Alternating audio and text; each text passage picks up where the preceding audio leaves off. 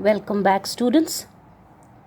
We go on to the next topic, that is chemical equivalent.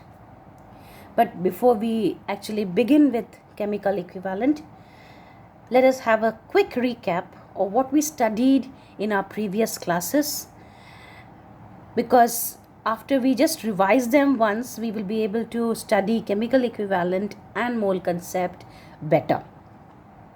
So, what have we studied earlier? We studied what's an atom. Atom is the smallest particle of an element and is the unit of chemical reactions. It may or may not have independent existence. You've studied this in small classes, 6, 7. Molecules, they are smallest particle of a substance which can exist independently. Molecules are homoatomic molecules, heteroatomic molecules. Homoatomic molecules means they are composed of the same element. That means the atoms are of the same element.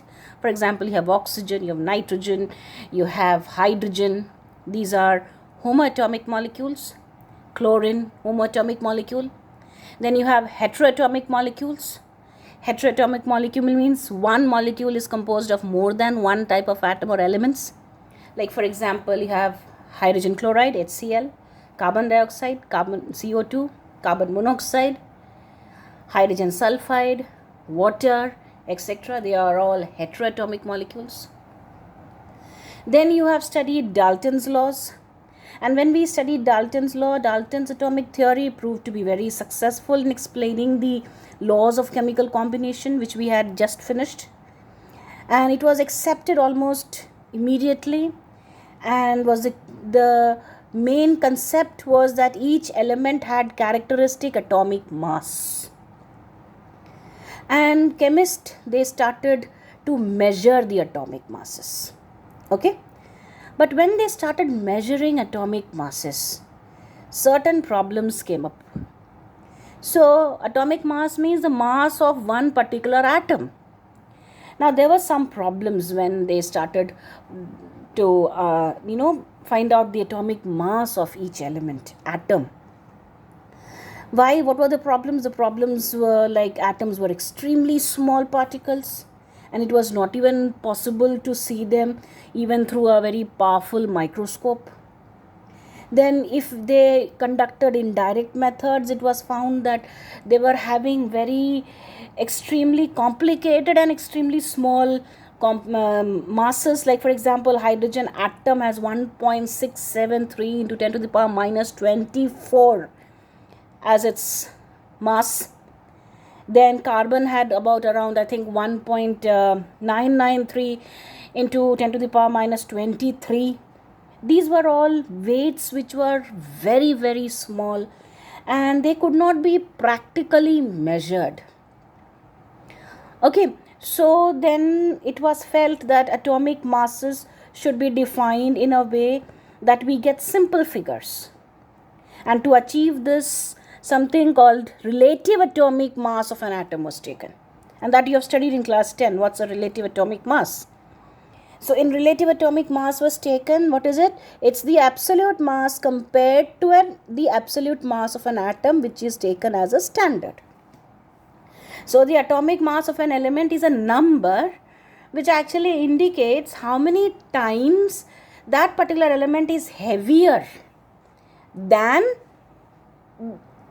or in comparison to an atom of another element which can be taken as a standard. So here also you studied previously that different standards were taken. First, hydrogen was taken as a standard because hydrogen was one of the lightest element. So it was considered as a standard. So the atomic mass of an element was in comparison to how many times it is heavier than an atom of hydrogen. Later, hydrogen standard was abandoned because of different reasons, and oxygen was taken, and we had seen this in class 10 again. And oxygen was taken as a standard, and the weight of the element was compared to 1/16th part the mass of an atom of oxygen. And then it was found that oxygen is also much more reactive than hydrogen. So that ways oxygen was a better standard, and it was much easier to obtain compounds of elements with oxygen. So again, a better standard. The atomic mass of the most of these elements, when compared to the atomic mass of oxygen, they were coming out to be whole numbers. So again, oxygen was a better standard. And experimental errors were there when we take hydrogen, because it is very light, and as a result, for some time, oxygen was considered to be a standard. So relative atomic mass was the mass of an element compared to 1/16th part of an atom of oxygen. Later, in around 1961, atomic masses were expressed having a value of 16 units, that is because of oxygen. It was then finally, oxygen was not taken as a standard, it was again rectified. And now what do we have? We have carbon 12 as the standard substance. Okay, so the carbon 12 was taken as a standard. And when carbon 12 was taken as a standard, you will be studying in some books, you will have two different weights given: physical atomic weight and chemical atomic weight. When we say physical atomic weight, physicists generally used to refer more to the oxygen 16 isotope as the standard. And chemically, when we used to say, again, the weight was taken as 1/16th part. So there was a difference we had seen a little bit in class 10. Anyways, now we are having carbon 12 isotope taken as the standard. And you had already studied what is the definition for relative atomic mass of an element.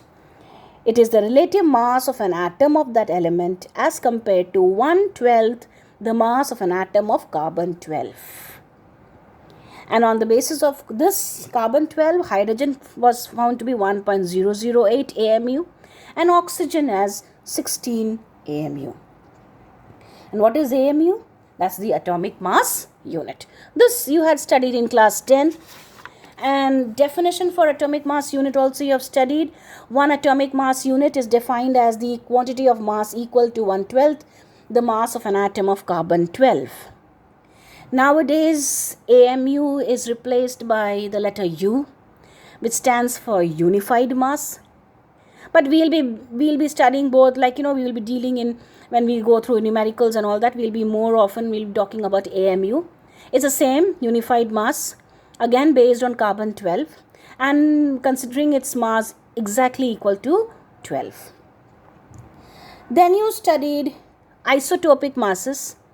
Isotope means atoms having different, same atomic number but different mass number. So isotopic masses, that means atomic mass of the element is different but atomic number is the same. So isotopic masses are also called average relative atomic mass. Like for example, chlorine. Chlorine has got two isotopes in nature, Cl35, that is atomic mass 35, and Cl37. And in nature, it occurs in the ratio 3:1. 35 is to 37 in the ratio 3:1. And these isotopic masses, how did we calculate the average atomic mass of chlorine? 35 ratio is 3, so 35 into 3 plus 37 ratio is 1, 37 into 1 by 3 plus 1, that is 4. So we found out, this also we had seen in class 10, how chlorine comes out to be 35.5. So we say atomic mass of chlorine is 35.5. Now, atomic mass of chlorine is 35.5 AMU. And what is this AMU? It is very difficult again. I cannot practically take it out on a weighing machine. So I have to have a better, more practical and a more easier unit. So what have we conveniently done? We have taken the atomic masses in AMU term and converted it into grams, or expressed the same thing in grams. And you studied what is gram atomic mass. Atomic mass expressed in grams. That means the quantity of a substance whose mass in grams is numerically equal to its atomic mass, we say is grams. That means if atomic mass AMU is 35.5 in terms of chlorine, we say 35.5 grams. That is for convenience. Okay, and we say it's the gram relative atomic mass or gram atomic mass. Okay, this we had seen. And when we say gram atomic mass, we say number of gram atoms, how much gram is there in that particular, how many gram atoms are present in that. That is, we had seen as mass in grams by the gram atomic mass. So we have studied in terms of gram atomic mass, and we also know what is 1 gram atomic mass is. Contains Avogadro's number of atoms. You have already studied Avogadro's law. You have studied Gay-Lussac's law. So Avogadro's law is there. So what is Avogadro's number? Avogadro's number is 6.023 into 10 to the power 23. A very, very huge number. So every gram atomic mass contains Avogadro's number of atoms. That means 1 gram atom of oxygen is gram atomic mass of oxygen. That is 16 grams. And 16 gram of oxygen will contain how many number of atoms? Avogadro's number of atoms, 6.023 into 10 to the power 23. This we had seen. Then we had also studied what is molecular mass and gram molecular mass. Molecular mass also we express in terms of a relative mass, in terms of a standard. So molecular mass is the average relative mass of a molecule of an element or a chemical compound as compared to the mass of carbon 12. Again, here we are taking carbon 12 isotope atom taken as 12 on atomic mass unit scale. And what is gram molecular mass? Gram molecular mass is expressed again molecular mass, just like atomic mass, gram atomic mass, we also have molecular mass and gram molecular mass. And what is gram molecular mass? Gram molecular mass is the same molecular mass expressed. Molecular mass of oxygen is what? 32. So 32 grams becomes its gram molecular mass. Okay. So 1 gram molecule or simply 1 mole is another way to express gram molecular mass. So number of gram molecules would be again mass in grams, given that is whatever mass is taken by the gram molecular mass. This much we had seen in class 10, and then we also had seen a little bit on mole concept, which will come again when we do with the mole concept part. Okay, so I'll be starting. This was a recap of your class 10 portion. Now we'll start with another new term which we'll go study, that is chemical equivalent, in the next video.